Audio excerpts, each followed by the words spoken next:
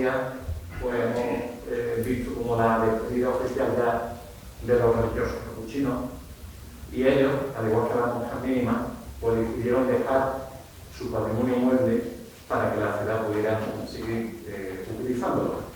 En este caso, el templo, obviamente como iglesia, se mantiene, y lo que es el forobazo, el anticoro y el patio se sirve también para el uso de las hermandades actividades culturales como las que viene hoy, aparte de que la gran parte del convento, que como sabe está cedido como centro de refugiados el primer grupo de Andalucía que la crisis siguió. Agradece por tanto la amabilidad de las religiosas mínimas, que en vez de tener el templo cerrado y las estaciones conventuales, sigan dando uso. Unas fiestas patronales que tienen obviamente la parte central del aspecto religioso en el culto a Santo Eufemia, que empezará mañana el trigo, y tendrá en el día 16 la misa más antigua que se conserva en la diócesis de Málaga, desde 1410 hasta hoy, sin ninguna interrupción. En el apartado de hoy, el tema cultural. Desde que tenemos al hijo adoptivo de la ciudad Juan Benito, una de las primeras cosas que él nos pedía es poder comentar cada año con motivo de la fiesta patronal una actividad cultural para darle todo el sentido y complementar todo lo que hay que realizar. Va a ser él, obviamente, el que nos dé una introducción para que conozcáis lo que hoy vamos a poder escuchar. Como preámbulo, hablando antes un poco de que ha conocido la iglesia, muchas veces tenemos nuestros temas locales, que lo sabemos y a veces lo desconocemos. Hay una curiosidad. Hace poco vinieron de Segovia a conocer la iglesia de Santa Eufemia y nos apuntaron el tema de la relación de la Santa de Calcedonia con las cruzadas. Cuando se emprendió lo que eran las cruzadas como tal, se llevaron una reliquia que era parte de la cabeza de una mano de Santa Eufemia, que la llevaron para intentar recuperar Tierra Santa. Al término, como todos saben, de lo que ocurrió en aquella época, por proximidad, se quedaron encaminados en toda localidad de Italia, donde esta patrona Santa Eufemia siguen celebrando sus fiestas patronales. La animo que busquen por internet y verán la que montan en Italia en pleno siglo XXI en torno a la figura de Santa Eufemia. Y me apuntaba desde Segovia que una característica era el tipo de planta en torno a la relación a los templarios y su relación con Santa Eufemia también. Un apunte más que hay, ¿no? Siempre hay mucha historia, escuchamos muchas veces otros temas, y seguro que hoy en la conferencia que vamos a poder escuchar conoceremos cosas que a través de muchos personajes hay aquí, ¿no? Yo creo que si hubiera que fundar, reorganizar la escuela de gramática, yo creo que aquí estáis presentes prácticamente la mayoría de los representantes de la Antequera que formarían parte de ella. Pues sin más, agradecerle a Juan Benito y a nuestro conferenciante de hoy que aporten esto. A ustedes por venir, ojalá que pronto podamos hacerlo en situaciones más amplias, y a todas las personas que nos están siguiendo en directo pues, para llevar la cultura más allá y que se quede aquí reflejo, ¿no? Como pasó el año pasado y muchos años aquí por ver. Bueno, Juan. Buenas tardes. Según mi querido y admirado amigo José Antonio Muñoz Rojas, se puede presentar un escritor por razones válidas, sin excluir, porque no sería procedente, la valía del escritor mismo y nuestra inclinación hacia él, por la mucha estimación en que tenemos sus libros, por el mucho deleite que nos ha producido leerlos con motivos de agradecimiento, por los buenos ratos o compañía, por su atención hacia nuestras cosas. Yo añadiría otra razón que aporta Cicero. El hombre sabio querrá estar siempre, sabio como somos nosotros ahora mismo, querrá estar siempre con quien sea mejor que él, y para eso estamos aquí. Con un público tan selecto tengo que hacerle caso a Ron Chesterfield cuando recomendaba que nunca se mostrase uno más sabio y más instruido que las personas con quienes están, lejos, por supuesto, de mí y Ezequiel. De ahí mi dificultad para presentar a mi amigo, decía Cicerón, que la amistad solo puede existir cuando las personas coinciden en sus opiniones sobre las cosas humanas y divinas. Nosotros, Jesús y yo, coincidimos en mucho, pues, como decía, amigo y compañero ante un público tan excelente. Jesús Majada Negra es licenciado en Filología Románica por la Universidad de Salamanca. doctor en Filología Hispánica por la Universidad de Málaga, catedrático de Lengua y Literatura Española. Ha escrito más de una treintena de libros y muchos artículos. Ha impartido infinidad de conferencias y cursos y tiene un currículum que, si solo lo leyésemos, no le daríamos tiempo para escuchar. Es un polifacético, como intentaré demostrar en pocas palabras. Nacido en un pueblo de Cáceres, Riolobos, cuyo patrón es San Blas, imagino que a buen seguro habrá cantado la copla que yo he recogido entrenado por estas fechas. Igual no la ha oído, pero decía así: ya viene la Candelaria, San Cecilio y San Blas, San Cecilio y San Blas. Ya vienen estos 3 días para cantar y bailar, para cantar y bailar. Me imagino que, lógicamente, porque sé que en su pueblo la celebran por 3 días, como se celebraba antes, todas las festividades importantes, cantarían y bailarían por el día de San Blas. Llegó a Málaga en el año 1979 y desde entonces es un malagueño más. Y a Málaga, que es su provincia, le ha dedicado muchas horas de trabajo y muchos libros. Jesús es uno de esos profesores, me vais a permitir que me incluya yo también, que entramos en la docencia por vocación, igual que lo han hecho siempre los sanitarios, los investigadores, las monjas, los sacerdotes y otras profesiones. Y eso nos ha hecho disfrutar con nuestro trabajo, con la formación de nuestros alumnos, hasta que casi redujeron nuestra labor a rellenar papeles y a seguir las instrucciones emanadas de los ignorantes políticos que solo consiguieron aburrirnos y jubilarnos en cuanto se les dio la oportunidad. No es momento de enumerar y de tratar sus numerosos libros y artículos, pero me vais a permitir que al menos los clasifique para demostrar ese carácter polifacético al que he aludido.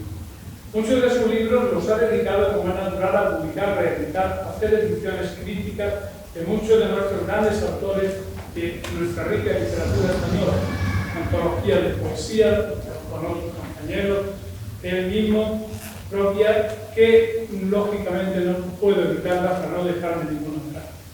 Otros libros están dedicados al estudio de fueros de otras épocas, como el libro Fuero de Zamora, Introducción, Transcripción y Vocabulario, o el Fuero de Plasencia, Introducción, Transcripción y Vocabulario, o Periodismo Cultural y Educación en Béjar, siglo XX. Otro grupo muy importante lo forman sus libros sobre viajeros dedicados a Málaga a lo largo de la historia. Extranjeros en Málaga, en la Edad Media del siglo XVII, 500 libros de viajes sobre Málaga, viajeros románticos en Málaga, extranjeros en Málaga, viajeros extranjeros en Málaga, los malagueños vistos por extranjeros, malagueña salerosa, etcétera, etcétera, etcétera.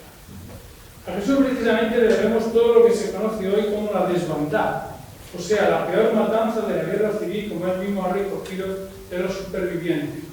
Unas 300.000 personas, la mayoría de Málaga, pero también de otras provenientes de otras provincias de Andalucía y del resto de España, huyeron por la carretera de Almería y se calcula que entre 5.000 y 10.000 murieron bombardeados por tierra, mar y aire, entre otros por el crucero de Islas Baleares, que ahora está muy reciente por esa calle que en Madrid se quiere volver a poner. Jesús fue precisamente conocido fotos de un tal Hafen Sisse, que pronunció así al estilo namuniano, que llegó a España, que llegaron a sus manos como supo de la existencia de un médico cirujano torácico que llegó a España en 1936 y que ayudó sin descanso a la población civil ametrallada y bombardeada. Es un héroe en China, de Málaga hasta China, y un desconocido en España. Betume, que era su nombre, y que le valieron a Jesús para, como comisario, organizar una magna exposición, Betume, el crimen de la carretera Málaga-Almería. Jesús Majada pertenece a la Asociación de Promoción e Intercambio Hispano-Chino, denominada China-España, España-China, una relación milenaria de la que es su vicepresidente. Tiene programada una gran exposición, las Brigadas Internacionales y los voluntarios chinos en la Guerra Civil Española, que tendrá lugar entre el 23 de septiembre y el 15 de octubre en el Instituto de Historia y Cultura Militar del Cuartel General del Ejército de Madrid. Podríamos seguir enumerando su gran currículum, pero quiero responder a una posible pregunta para acabar. ¿Por qué está hoy aquí en Antequera Jesús Majada Neira para impartirnos esta conferencia?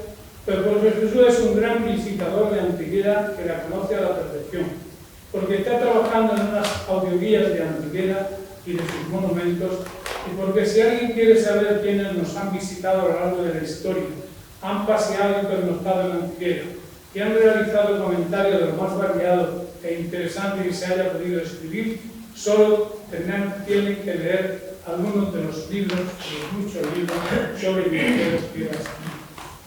De ahí que Jesús Majada Neira y su acompañante Ana Pino sean los más indicados para hoy tratar de esta charla titulada Cruzados, Trotamundos y Bandoleros por la tierra de Antequera. Con ellos y agradeciéndoles su presencia, nos quedamos.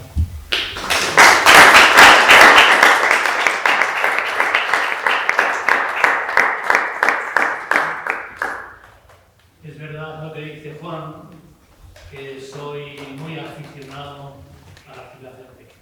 Me gusta venir y siempre que puedo vengo. Recuerdo que uno de los mejores momentos que he vivido en los últimos años por los pueblos de Málaga fue un día de julio en que a las 6 de la mañana era un domingo, salí de Málaga y a las 7 menos cuarto estaba aquí en Antequera y disfruté de la ciudad cuando estaba, bueno, todo dormida, casi solamente estaban abiertas las iglesias, alguien estaba baldeando la calle y, bueno, nada más.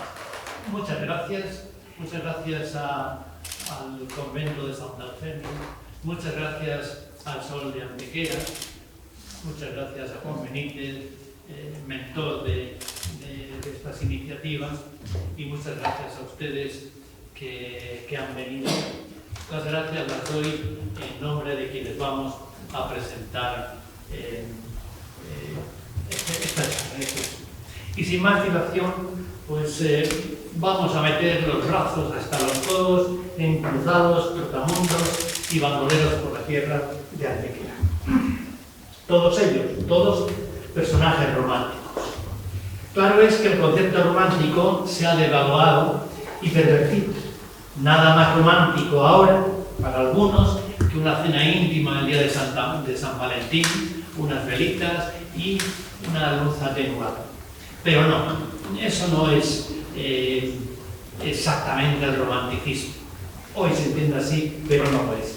Porque asociados al romanticismo, al verdadero romanticismo, hay otros conceptos, como otras referencias, como singularidad, rebeldía, desasosiego, aventura, aspiraciones inalcanzables, fracaso, insatisfacción, frustración. La tierra de Antequera, fronteriza, encrucijada de caminos, tiene un rico retablo de personajes románticos que vinieron de aquí y de allá y patearon estos caminos y estos pueblos. Gente inquieta, inconformista, inadaptada, rebelde a las ataduras que impone la vida, incapaz de tomar asiento, gente que siempre de paso transitó por sus caminos o hizo fugaz parada y fonda en sus ventas. Todos ellos, todos venidos de fuera, aunque también vio nacer Antequera a románticos insatisfechos, auténticos románticos, románticos enamorados. Seguro que ustedes conocen la historia de estos románticos antequeranos, ¿eh? No obstante, la vamos a recordar.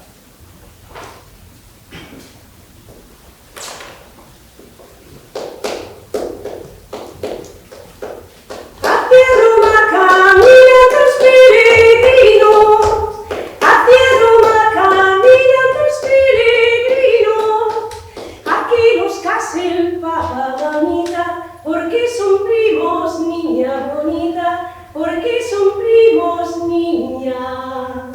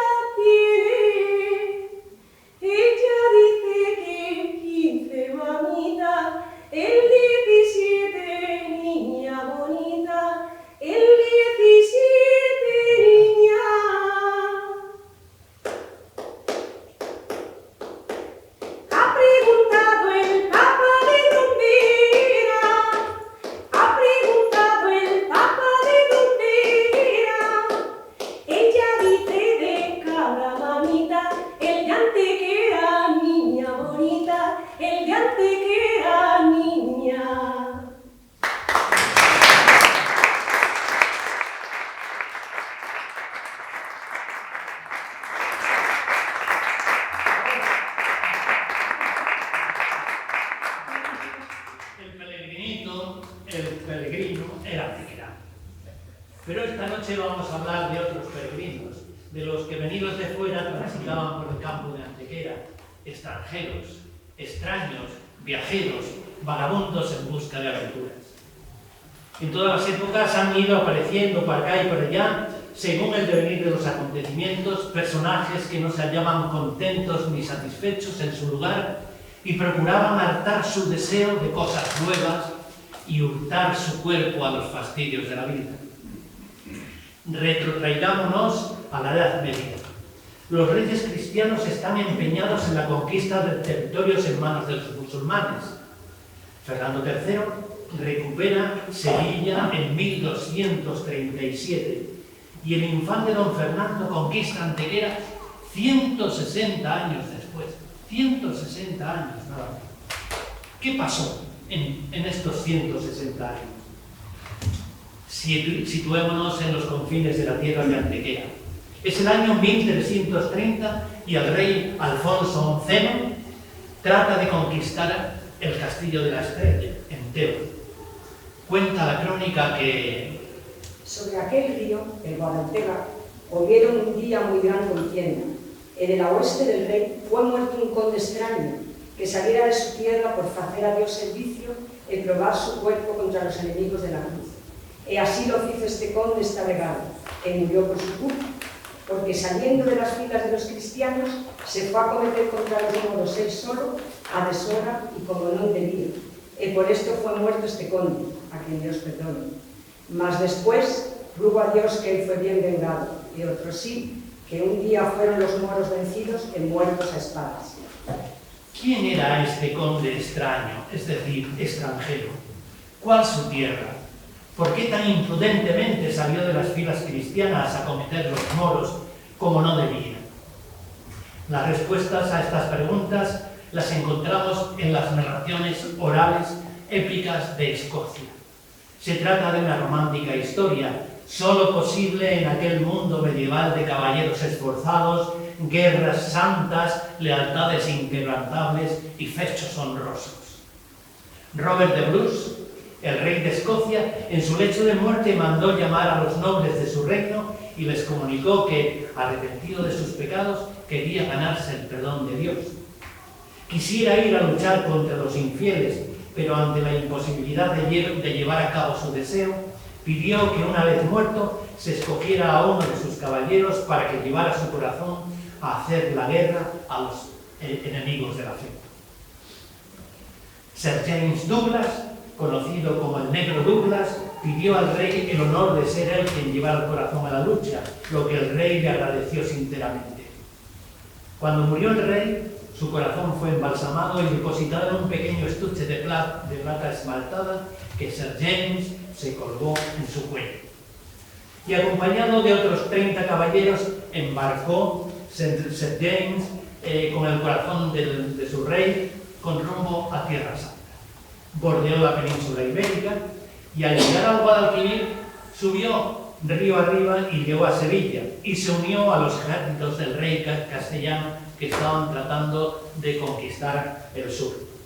Lo que entonces estaba en juego era el asalto a estas tierras y el 25 de agosto se dio la batalla de Teba, en la que los moros simulan una retirada.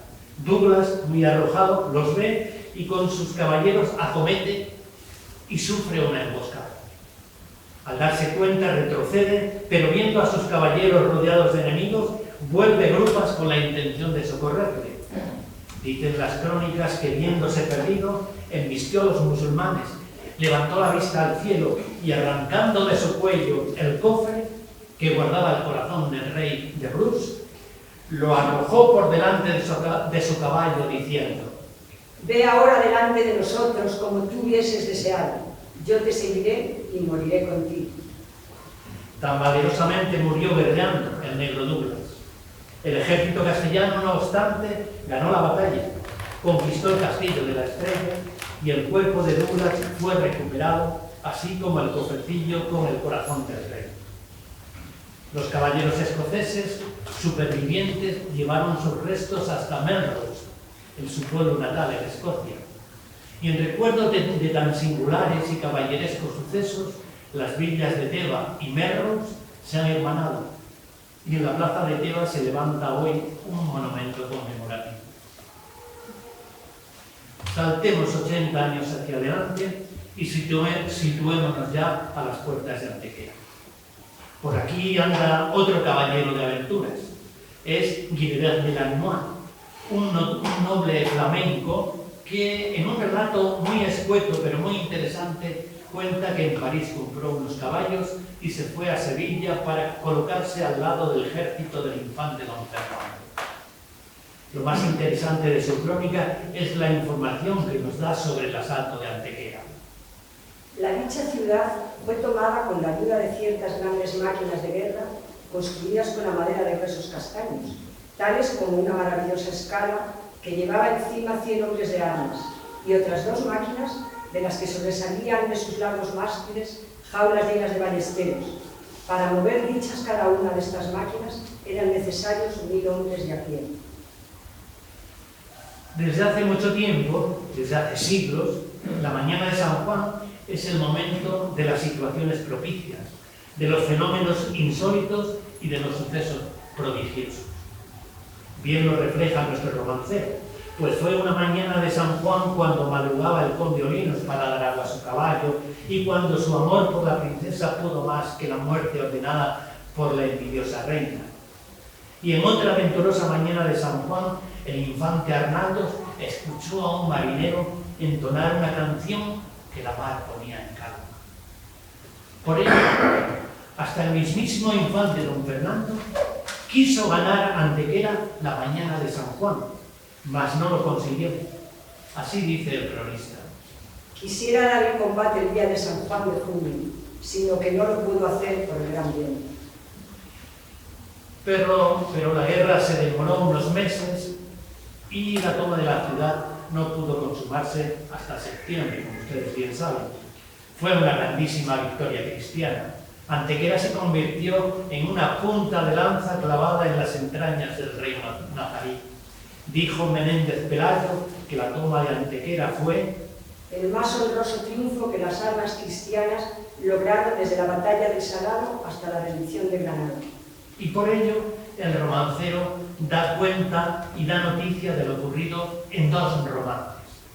Y en ambos romances, en los 2, sitúa la conquista el día de San Juan. La mañana de San Juan, al tiempo que albergaba, grande fiesta hacen los moros por la brega de Granada. Así comienza uno de los romances. Y el otro dice: de San Juan era aquel día cuando se dio la batalla. Sin embargo, la historia documenta que fue el día de Santa Eufemia, el 16 de septiembre. También lo cuenta el romancero, que parece retratar el emplazamiento de Antequera. Al abrigo de una loma, su amparo de Santa Eufemia, un ejército aguerrido levanta sus blancas tiendas.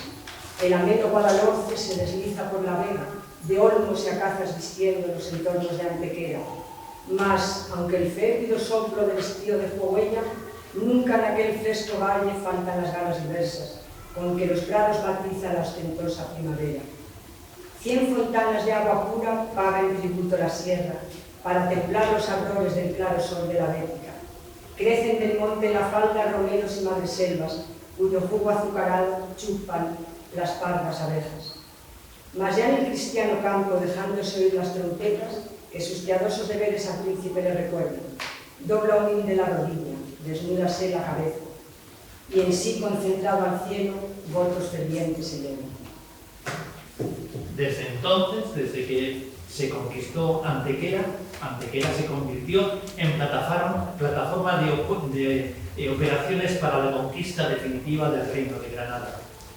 La más importante empresa fue la toma de Alhama, porque cuando esta plaza cae en poder de los cristianos en 1482, el reino moro recibe una lanzada mortal.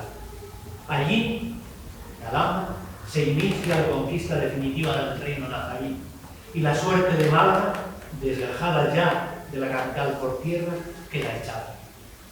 También el romancero lo plasmó en una romántica elegida.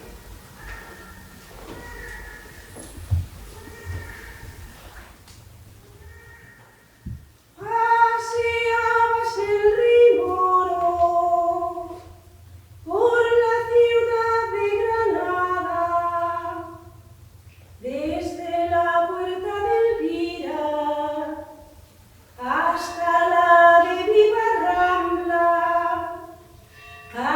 palabras le fueron benitas, que su alma era ganada.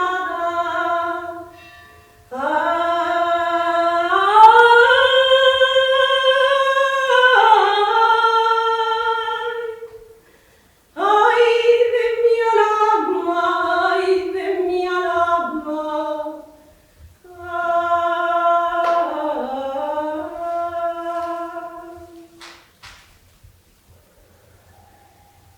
Por el Zacatín arriba, subido había la Alhambra, mando tocar sus trompetas, sus añafines de plata, porque le oyesen los moros, los de la Vega y Granada.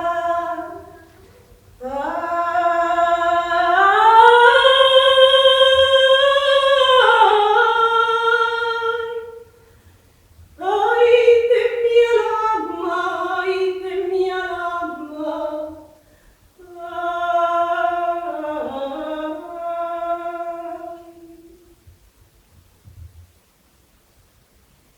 Allí habló un viejo alfaquí,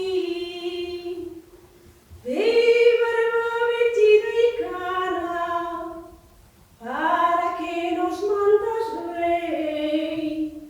¿Para qué es esta llamada?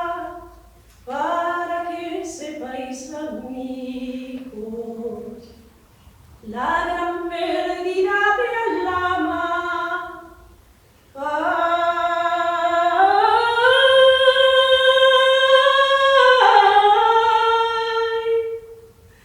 Ay, de mi alma, ay, de mi alma.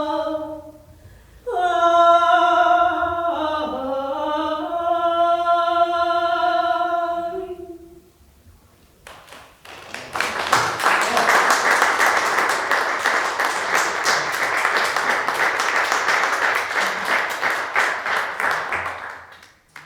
Cinco años después de Alhama cayó Málaga, 1487, y 5 años más tarde, 1492, cayó, se rindió Granada. Ahora ya hemos avanzado y es 1526. Han pasado 34 años desde que los reyes católicos conquistan el reino de Granada y quien reina en las Españas es su nieto, el César Carlos. Acaba de casarse en Sevilla con Isabel de Portugal tras un flechazo a primera vista. Un matrimonio que se fraguó por conveniencias, cuajó en locura de amor. Más románticos enamorados. Es primavera. Los reyes deciden pasar el verano en Granada e inician un tranquilo viaje con su séquito y la corte por los caminos de Andalucía. Aunque no exactamente al compás de los reyes, viaja un poco a su aire Andrea Navallero. Es un insigne extranjero, gran humanista del Renacimiento italiano y representa a la serenísima República de Venecia ante la corte de Carlos V. Llega a Antequera y el 26 de mayo, al modo de salir de la ciudad, se detiene y escribe. En mitad del camino de Antequera a Archidona hay un monte muy áspero que se llama la Peña de los Enamorados, por lo que obliga a dos amantes, que el uno era un cristiano de Antequera y la otra una mora de Archidona, que habiendo estado escondidos muchos días en el monte y hallados al fin y no pudiendo escapar, antes de verse separados y vivir el uno sin el otro, determinaron morir juntos y subiéndose al más alto peñasco del monte, después de muchas lágrimas y lamentos por su adversa suerte, viendo ya cerca a los que los perseguían, abrazados estrechamente y juntos sus rostros, se arrojaron de la cumbre y dejaron su nombre a aquella montaña. La leyenda tiene distintas variantes en lo que se refiere a los nombres e identidades de los enamorados, pero en lo esencial todas coinciden, el amor y la muerte de aquellos románticos jóvenes. En 1600 es un alemán quien viaja de Sevilla a Granada. Se llama Jacobo Cuelvis y chapurrea un poco el español. Escribe su crónica justamente en español y así describe la tierra de Antequera. Está puesta en un lugar muy alegre de los montes del Romero, de manera que cuando el viento soplaba fue el aire tan deleitoso y sabroso del Romero porque tenía flores y parecían los campos pintados con azul. No quise yo ser más rico que de haber solamente tener este Romero por sus flores en Alemania. Aquí es un precio ninguno, porque se calienta la gente con la estopa o leña del Romero. Se detuvo en la venta de Alameda, territorio de Antequera. A lo largo de los siglos XVI y XVII había ido creciendo en Europa una imagen muy negativa de España, la de la leyenda negra. Estos tenebrosos perfiles se agrandan durante el siglo XVIII. Para cualquier viajero ilustrado, España es su antípoda. Oscurantismo y fanatismo son las señas de identidad de nuestro país. Y a finales de siglo ya se habían perfilado en Europa algunos de los caracteres de lo español. España es el país de la intransigencia, la autocracia y el sectarismo religioso. Sin embargo, en el siglo XIX, con la llegada del romanticismo, se produce un vuelco total en la valoración. Parece como si los europeos cayeran en la cuenta de que también hay españoles buenos.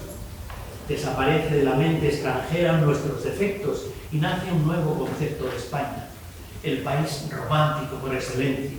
Individualismo, indomabilidad, barbarie, primitivismo, dignidad, sobriedad y orgullo. Estas cualidades que definen el carácter español no son ni más ni menos que la quinta esencia del romanticismo europeo. Gerald Brennan lo describe muy bien. España encuadraba la imagen romántica mejor que ningún otro país de Europa. En ella se encontraban inmensos y desérticos páramos y sierras, evocadores de Oriente. La exótica vegetación de la costa mediterránea, contrastando tan enormemente con la meseta. Construcciones como la Alhambra y la Mezquita, iglesias y palacios desmoronados, dejados en ruinas por las tropas francesas. Un aire general de apatía e indolencia sugería que el espíritu oriental se encontraba impregnando todo el país. Y para completar la imagen, no solo había altaneros mendigos envueltos en capas que recibían limosnas como por derecho propio, sino también caballerosos bandidos que, como por ejemplo José María, que trataba a sus víctimas con verdadera cortesía. Las causas de este brusco cambio de imagen son múltiples y complejas. En primer lugar, la guerra de la independencia. España aparece a los ojos de Europa como el país que sin orden ni premeditación se levanta de forma espontánea, inflige las primeras serias derrotas a los hasta entonces invencibles ejércitos de Napoleón. Además, muchos militares ingleses y franceses, al volver a sus países, escriben sus memorias y cuentan cómo es España y cómo han vivido su estancia en España. Por otra parte, en ningún otro lugar como en España era tan fácil encontrar las exóticas reminiscencias árabes que tanto gustaban a los románticos. Y no menos sugestivo resultaba el carácter abierto y distendido de los habitantes. Finalmente, el orgullo, la nobleza y la valía de todos los españoles terminan de perfilar este cuadro ideal de la España romántica. Enseguida veremos un ejemplo de esta dignidad y compostura en la persona de un anciano de Antequera. Pero hagamos camino al lado de Washington Irving, que inició en Sevilla su viaje por Andalucía, acompañado de un amigo, y llevaban un mozo al que llamaban Sancho, recordando a Don Quijote, y 3 caballos. Escribe que un día, después de dejar Antequera, nos detuvimos a la caída de la tarde para regalarnos con una merienda en una agradable pradera tapizada de verde rodeada de colinas cubiertas de olinos. Sin duda el lugar había de estar cercano, tal vez al lado de la mismísima Peña de los Enamorados, inmediata al Guadalhorce, que es allí todavía un río adolescente. Tendimos unas mantas sobre el musgo y bajo un álamo próximo a un delicioso arroyuelo, y atamos los caballos donde pastasen la hierba. Sancho presentó sus alforjas con cierto aire de triunfo, y en ellas lo sobrante de 4 días de camino, además notablemente enriquecidas con los acopios hechos de la tarde anterior en una rica posada de Antequera. Mientras los viajeros estaban entretenidos en tan sabroso refrigerio, se les acercó un pobre mendigo que tenía cierto aspecto de peregrino. Era un anciano con la barba muy encanecida y venía apoyándose en un cayado, aunque la vejez no le había encorvado todavía. Era alto, esbelto y conservaba vestigios de haber tenido hermosas facciones. Su vestido, aunque viejo y remendado, era decente y su porte muy noble, y dirigióse a nosotros con esa grave cortesía que se nota en el más pobre español.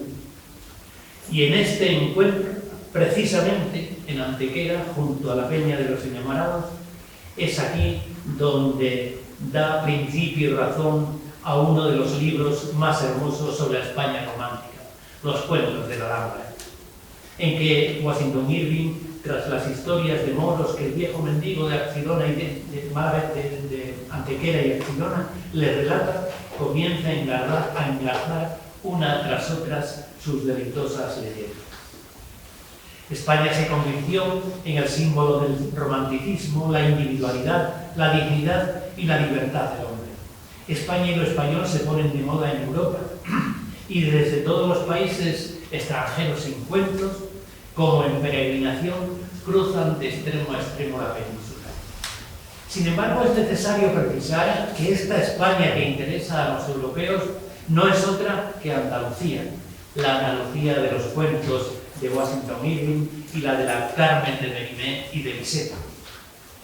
Andalucía, de la que forman parte muchas de las más bellas e interesantes ciudades y algunos de los lugares más bellos de la península, debe ser objeto de preferencia para el viajero, y cada una de sus bellezas, considerada particularmente, abarca una variada extensión de variadas perspectivas y objetos, y por lo tanto, como es accesible fácilmente, puede ser visitada durante la mayor parte del año.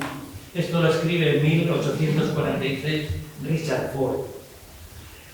Desde la entrada en nuestro país, los viajeros viven en un estado de continua e impaciente ansia, que solo se ve colmada cuando avistan las tierras andaluzas o se mezclan de cerca con sus gentes. Edmondo D'Amicis, un italiano, viene a España en 1873 y no descansa hasta ver Andalucía, la tierra prometida de los viajeros, la fantástica Andalucía, cuyas maravillas tanto había oído ponderar en Italia y en España a novelistas y poetas, aquella Andalucía por la cual puedo decir que había emprendido el viaje. También para Théophile Gautier, el viaje francés, el viaje hacia el sur se había convertido en una peregrinación necesaria. La sola contemplación de las tierras del sur de Despeñaperros inundó al viajero Gautier de ilusión. Ante nosotros se desplegaba como un inmenso panorama el hermoso reino de Andalucía. Esta vista poseía el aspecto y la grandeza del mar. Cadenas de montañas niveladas por la distancia se desplegaban con ondulaciones de infinita suavidad como largas olas de azul. Acá y allá, vivos rayos de sol teñían de oro alguna colina más cercana. Todo lo inundaba un sol resplandeciente, como debió de ser el que alumbró el paraíso terrenal. Y en 1823 entraba en España un contingente militar francés que puso fin a la guerra carlista. Se llamaban los 100.000 hijos de San Luis. Cuenta Chateaubriand que cuando llegaron a la divisoria de Sierra Morena y descubrieron súbitamente la campiña andaluza, el espectáculo les produjo tal efecto que espontáneamente y sin orden previa los batallones presentaron armas ante tan maravillosa tierra. Los testimonios de los viajeros al respecto no ofrecen dudas, y abandonar Andalucía era para el viajero retornar a una realidad olvidada, oscura y fría. Pero vayamos al viaje mismo. ¿Cómo afrontaba el trotamundos románticos su andanza por España? Esta España incógnita, primitiva, imprevisible e indómita. ¿Cuál no sería su desasosiego al iniciar su viaje por España? El testimonio, otra vez, de Washington Irving nos ayudará a hacernos una idea de lo que pasaba por la mente de quien se atrevía por los caminos de la vieja España. Además, muchas de sus páginas se centran precisamente en la tierra de Antequera. Eran los primeros días de mayo de 1829. Nuestros viajeros llevaban desde Sevilla ya 4 o 5 días de camino y pues no les alcanzaba el tiempo para llegar a Antequera, buscaban una posada cercana antes de pernoctar. Llegamos, ya puesto el sol, a un pequeño pueblecito, después de una penosa marcha por una dilatada llanura sin caseríos. La presencia de extranjeros de nuestra alcurnia no era muy frecuente en esta apartada aldea. Mi posadero, con 2 o 3 viejos locuaces camaradas, con mantas pardas revisaban nuestros pasaportes. Mientras estábamos cenando, se oyeron acordes de una guitarra y el ruido de castañuelas, y poco después, varias voces cantando en coro un aire popular. En efecto, mi posadero había reunido conjuntamente a los aficionados al canto y a la música y a las beldades del rústico vecindario, y al salir al patio del mesón se presentó ante nuestra vista el cuadro de una verdadera fiesta española. La escena era un digno cuadro para un pintor. Grupos pintorescos de bailarines, soldados en sus trajes medio militares y aldeanos envueltos en sus parduscas faldas. Al día siguiente, era el 4 de mayo de 1829, Washington Irving llegó a Antequera y subió a la Alcazaba. Por la mañana temprano fui dando un paseo hasta las ruinas del viejo castillo moro.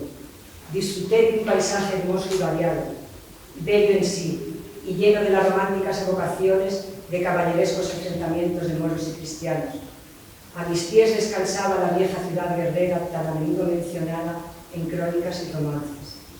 Detrás se extendía la vega, cubierta de jardines, huertos, tierras de pan de mar y prados esmaltados. A la derecha, el escarpado promontorio de la Peña de los Enamorados se internaba en la llanura. El repique matutino allá abajo de las campanas de la iglesia conventual sonaba dulcemente en el aire de la mañana. La plaza del mercado empezaba a llenarse de la gente que trapicheaba con la abundante producción de la vega. En los puestos de la plaza abundaban las rosas recién cortadas. Ninguna mujer de Andalucía considera satisfactorio su aderezo si no lleva una rosa brillando como una gema entre sus negrísimas trenzas. Pero lo que más preocupaba a aquellos viajeros era la inseguridad de los caminos. En aquella romántica España se daba por hecho y seguro que el asalto y el robo eran moneda corriente. Como personaje emblemático, egregio y mítico del romanticismo español aparece la novela. De entre todos los posibles escenarios que el viajero imaginaba durante su viaje, el que más le obsesionaba sin duda era el del probable encuentro con los bandoleros. El halo de nobleza, generosidad, de caballerosidad, de buen porte y galanura con que se había descrito al bandolero ejercía un indudable poder fascinador sobre el viajero, que temía ser robado, pero de algún modo a la vez lo deseaba para así convertirse en semihéroe del encuentro y luego poder contarlo a sus amigos cuando regresara a su país. No hay libro de viaje por España en que no se reseñe la cercanía, el estar a punto de, la posibilidad de, el casi encuentro con un bandolero. El francés Davillier hace esta minuciosa descripción. El verdadero bandolero hacía casi todas sus expediciones a caballo. Tenía por cabalgadura un vigoroso potro andaluz de larga crin negra adornada con aparejos de seda. A ambos lados de su manta de minglavias chillonas pendían innumerables pompones de seda. El inevitable trabuco malagueño abocardado, colgado en la culata hacia arriba del gancho de una silla árabe, completaba el armamento del bandolero. El capitán de los bandoleros era comúnmente un hombre robusto y bien empatillado. Su cabeza de pelo corto iba cubierto con un pañuelo de seda de chillones colores, cuyas 2 puntas le caían sobre la nuca, y encima de él llevaba el sombrero carañés recargado con muchas borlas de seda negra. Su chaqueta de cuero leonado, el marsellés remendado, tenía toda clase de adornos y de bordados de seda e innumerables botones de filigrana de plata que se agitaban como cascabeles al menor movimiento. Un pantalón corto, ajustado y marcando las formas, caía hasta las pantorrillas, medio ocultas por elegantes botas de cuero bordado, botines de caída entre abiertos por un lado y de los que colgaban largos y delgados flecos de cuero. El bandolero por excelencia, rodeado de una aureola sin par de valor, gentileza y liberalidad, era José María. Su popularidad fue tal que interesó vivamente a los extranjeros que visitaban España. La leyenda sobre el personaje fue creciendo de día en día, de manera que toda Europa suspiraba por José María.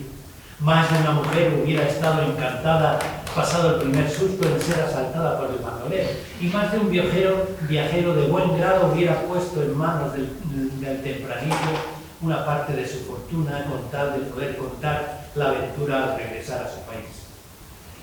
Próspero Mérimée, que viajó repetidamente por España y por Andalucía en aquellos años, aseguraba sin fundamento, no era verdad, haberle entrevistado.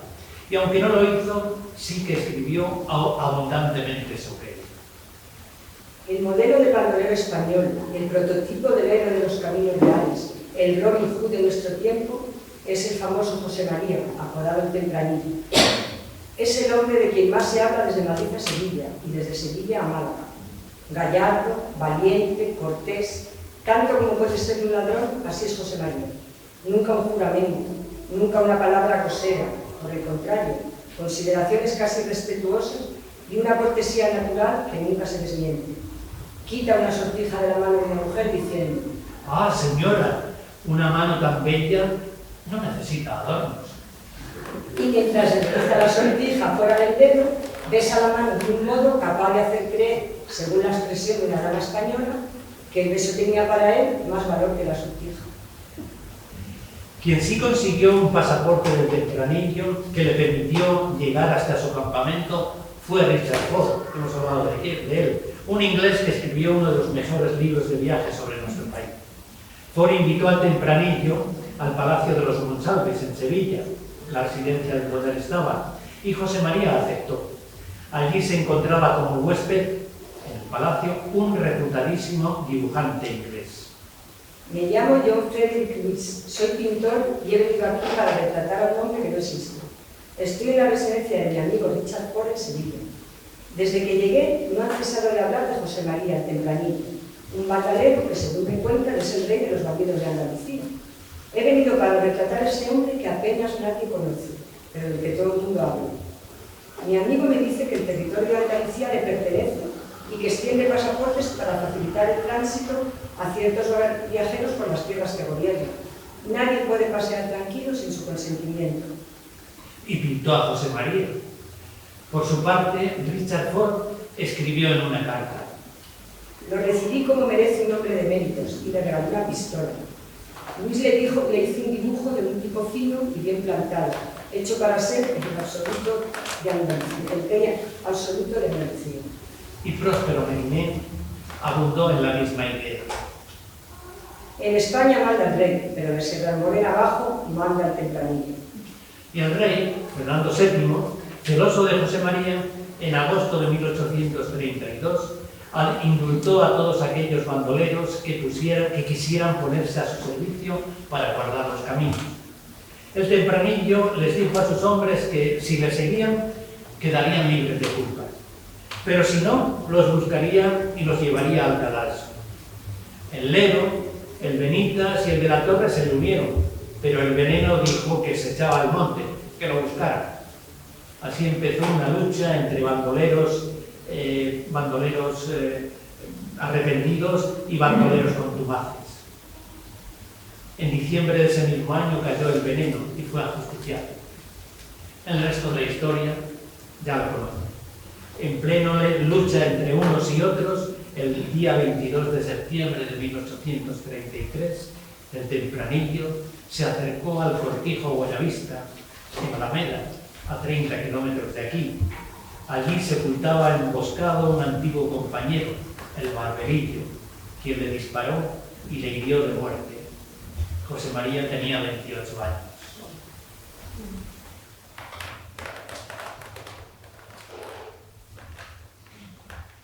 En la luna negra de los bandoleros cantan las espuelas. En la luna negra de los bandoleros cantan las espuelas. Ah, caballito negro, ¿dónde llevas tu jinete muerto? ¿Dónde llevas tu jinete muerto?